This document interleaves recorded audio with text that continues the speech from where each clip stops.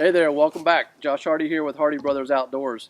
Today we're going to do a review of the Ameristep Big Country Blind. And I want to tell you a little bit about what I like about it, what I don't like about it, why I bought it. And it's actually my second Ameristep blind. I had the real inexpensive Ameristep Doghouse blind and tried to take my son hunting in it last year. And let me just tell you that that's not a two-person blind, no matter what it says.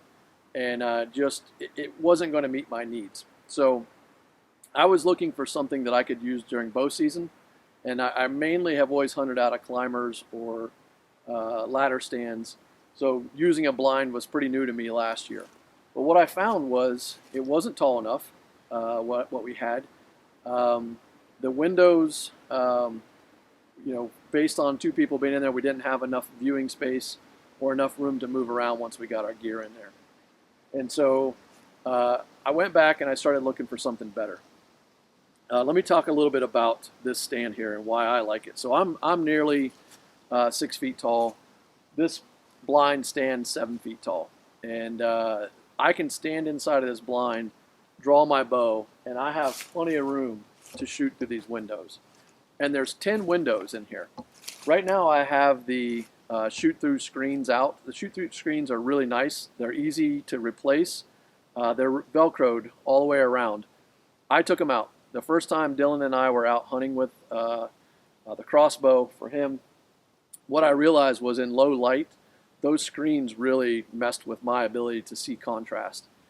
So the next hunt, we took them out. And I shoot with fixed blade broadheads, so I wasn't worried about the shoot through on a mechanical or anything like that. But it was really nice that I could just pull those out and store them if I ever decide to use them. Great. I do believe they do offer a little bit more camouflage, I guess, for you, that they would obscure your movements in there a little bit better than having it completely open. So let me just talk about a few of the features and functionality of this as I get into the benefits of what I like and don't like. So as I mentioned, it's 7 feet tall. It's actually got integrated loops all the way around it that you can put brush and those sort of things to help camouflage it. This was put up pretty late in the season, so by the time I got ready to brush it in, there was nothing with leaves on it, and it is where it is. So the other cool thing about this is there's like 9 different spots on here. I think it's 9, maybe more, to stake it down. And we've got some pretty high winds. We had some other blinds that blew away. Blew down the hill. That doghouse one that I had last year, it blew off the hill. No movement on this. It also, on all of the buckles where you pull them out to stand this thing up, each one of those has a tie down. So I've tied them to, staked a few. I've tied a couple to trees or logs on the ground, and that has kept it completely intact. We did have a snow already. The top popped down, so when we came up today, the top was down. I just popped it back up, no problem. It stayed dry inside, didn't have any major issues there. All right, so overall, I'm happy with the quality of it. The ease of putting it up and down, contrary to some other blinds and other videos you may have seen on our channel, which if you haven't seen Jason's Rhino blind videos, he's got 2. One is the setup and take down without instructions and then with instructions. And the other one is just after he had used it, an experience with that. So check those out. We'll put a link up above. But this one, I did read the instructions, so when I took it out of the package, it went up in seconds, probably 30 seconds to stand this thing up and 30 seconds to take it down. So big shout out to Ameristep for making that part of it easy. Again, if you didn't read the instructions, may not have gone quite so well. So we're going to go inside, and I'm going to show you kind of some of the other features that I like about it. And there is one thing that I don't really care about this, and I'm going to show you that once we go in.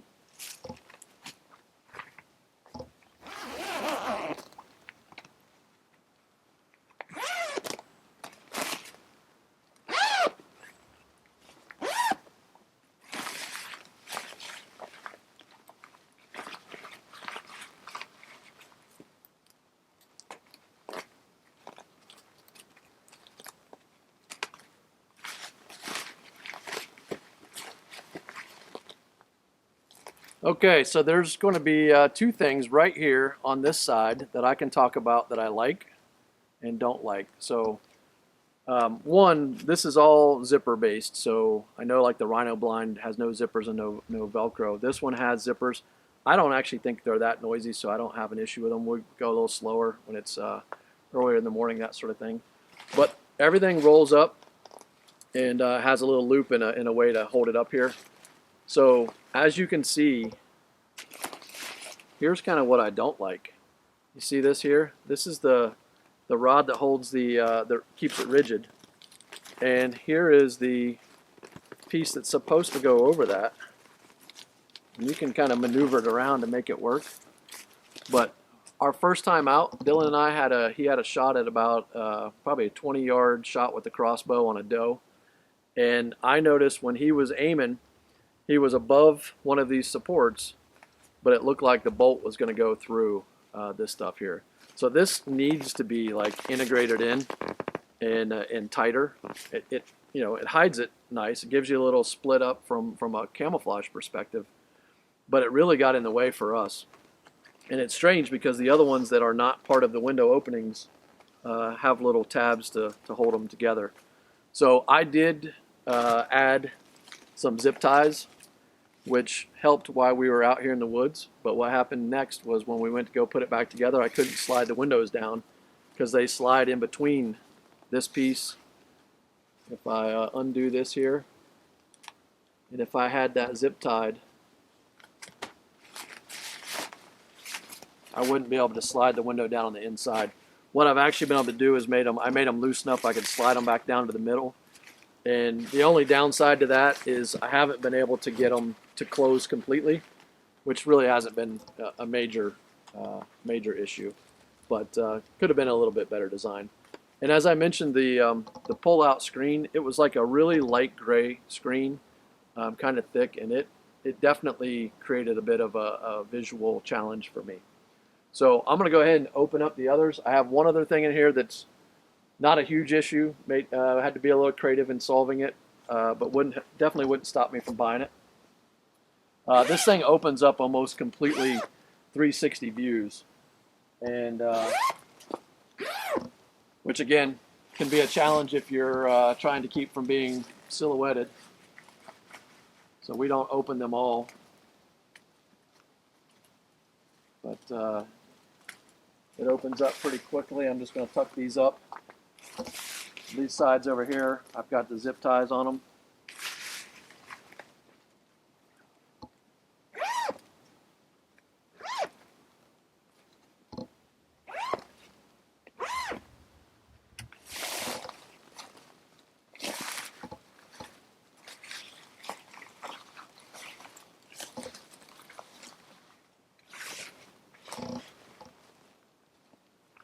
All right, so let me bring you inside and give you a view from the inside here. Okay, so now that we're inside, I've got the door zipped closed, and it's nice, covered in black. It's a big kind of area, so if you're here by yourself, you could tuck in back here in the corner, and you've got almost a 360 view out of this thing. So it's a great view. I'm standing up right now. Again, I've got plenty of headroom, and there is no problem at all for me to draw a bow here and shoot any of this area that you see down here. With Dylan hunting, we have 2 chairs in here. The floor square footage in here is like 5 by 5, 5 foot by 5 foot, and we have a tripod that he uses. And as you can see, the window height, if I were sitting down, the window height is just perfect for him.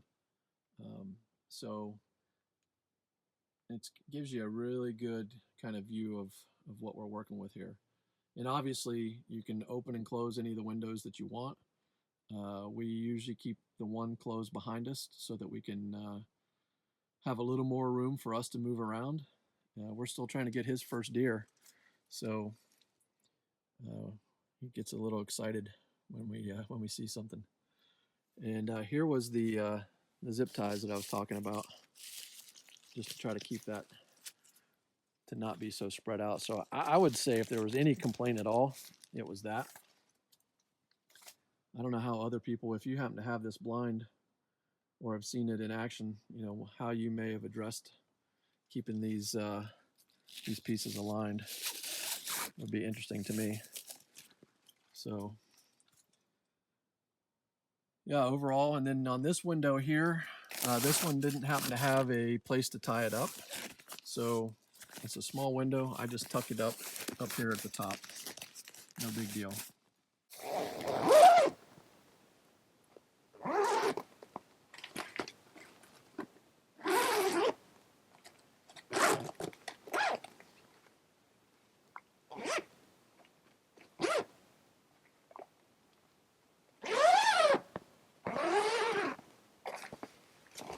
All right, so just to wrap this up, here's what I like about it. It's durable. It's very roomy.